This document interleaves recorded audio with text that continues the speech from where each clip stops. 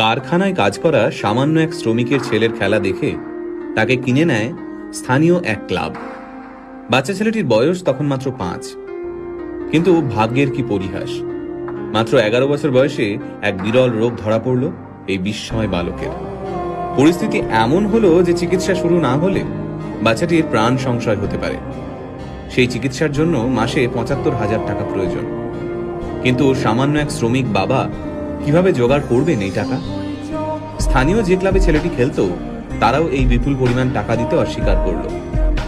খেলা তো দূর, একটা সময় যার বেঁচে থাকা নিয়ে সংশয় দেখা গিয়েছিল, আজ সেই ছেলেটাই এই পৃথিবীর সর্বকালের সেরা একজন ফুটবলার।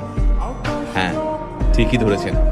আজকের ভিডিওতে আমরা কথা বলবো লিওনেল মেসিকে নিয়ে। 1987 সালে আর্জেন্টিনার রোজারিওতে জন্ম হয় মেসির। বাবা কাজ করতেন স্টিল ফ্যাক্টরিতে, মা ছিলেন সাফাই কর্মী। হাঁটতে শেখার আগেই ফুটবল নিয়ে কসরত করা শিখে যায় ছোট্ট মেসি। পায়ে বল নিয়ে যেন জাদু দেখাতে পারত ছোট্ট ছেলেটা। তার খেলা দেখে মাত্র 5 বছর বয়সে তাকে কিনে নেয় স্থানীয় এক ক্লাব। ছোট্ট মেসির খেলা দেখতে দূর দূরান্ত থেকে মাঠে ভিড় জমাতো দর্শকরা।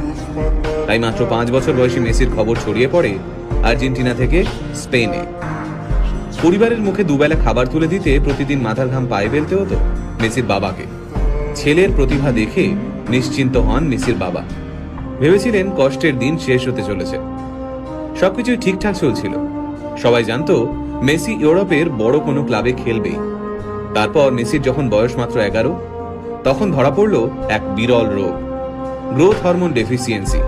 এই রোগের কারণে বাচ্চার বৃদ্ধি কমে যায়, সাথে বেড়ে যায় ওজন। এই রোগের চিকিৎসা করাতে প্রতিদিন মেসির পায়ে 2টো ইঞ্জেকশন দেওয়া হতো। এই চিকিৎসা করতে মাসে খরচ হতো প্রায় 75,000 টাকা।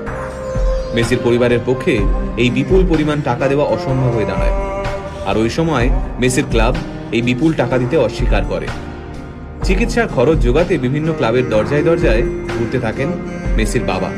কিন্তু মাত্র 11 বছরের একটা বাচ্চার জন্য প্রত্যেকটা ক্লাব এই বিপুল পরিমাণ টাকা দিতে অস্বীকার করে। তবে চিকিৎসা চলাকালীন মেসিকে মাঠ থেকে এক মুহূর্তের জন্যও দূরে সরিয়ে রাখা যায়নি। সেই সময় ওই মাঠে উপস্থিত ছিলেন ফুটবল ক্লাব বার্সেলোনার এক প্রতিনিধি। মেসির পায়ের জাদু দেখে মেসিকে স্পেনের বার্সেলোনায় নিয়ে যেতে চান সেই প্রতিনিধি। হাতের কাছে কোনো কাগজ না থাকার কারণে একটা ন্যাপকিনেই কন্ট্রাক্ট লেখা হয়। তাতে সই করেন মেসির বাবা। সেই বহুমূল্য ন্যাপকিন এখনো মেসির কাছে রয়েছে। তারপরের ইতিহাস আমরা সবাই জানি। বার্সেলোনায় ইতিহাস তৈরি করেন তিনি। বিশ্বের সামনে বার্সেলোনাকে সেরা ক্লাব হিসেবে তুলে ধরেন। শুধুমাত্র 2012